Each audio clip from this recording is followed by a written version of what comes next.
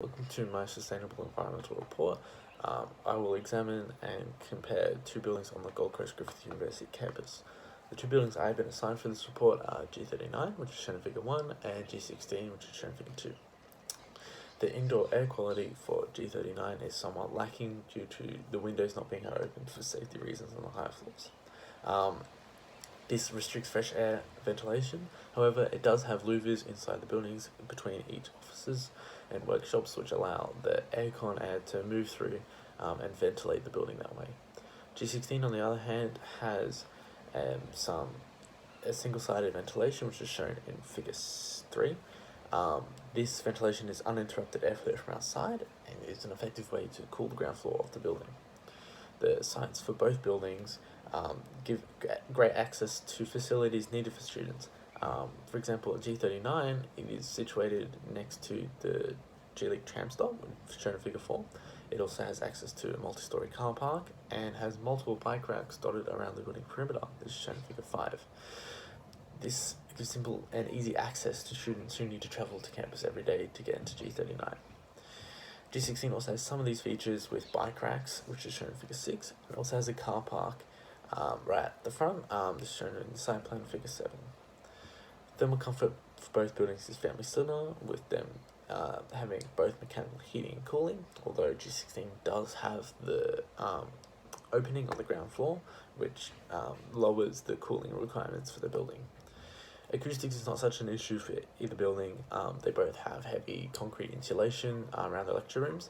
They also have their main study rooms situated away from these noisy areas.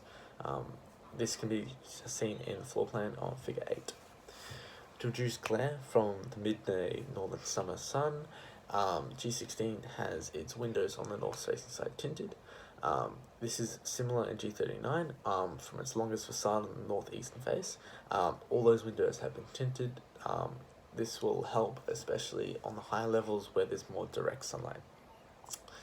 Both buildings utilize shaders for their windows that are facing north or east and even west. G16 and G39 use simple L-shaped concrete shaders which block direct sunlight. And this is shown in Figure 9. The shaders don't allow much sunlight in, which needs more use for artificial lighting then. G39 also has the longer metal shaders. These divide the sunlight before hitting the building. This is shown in Figure 10, only allowing for certain angles to come in at certain times. Both G39 and G16 shaders both restrict sunlight and allow adequate heating in instead. The neighbours' energy rating for G16 was 6 stars and G39 had a 5.5 stars. This rating identifies the efficiency of the building. Over a period of a year, G16 consumed a total of 40,796 kilowatt hours, while G39 consumed a total of 234,056 kilowatt hours. When looking at Figure 11, it's clear that G39 already uses a high amount of energy each month when compared to G16 in Figure 12, which only uses a little amount each month.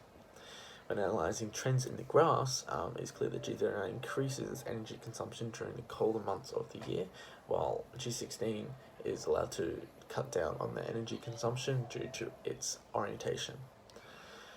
There are many ongoing sustainability initiatives at Griffith University that use strategies to help make campus buildings more sustainable.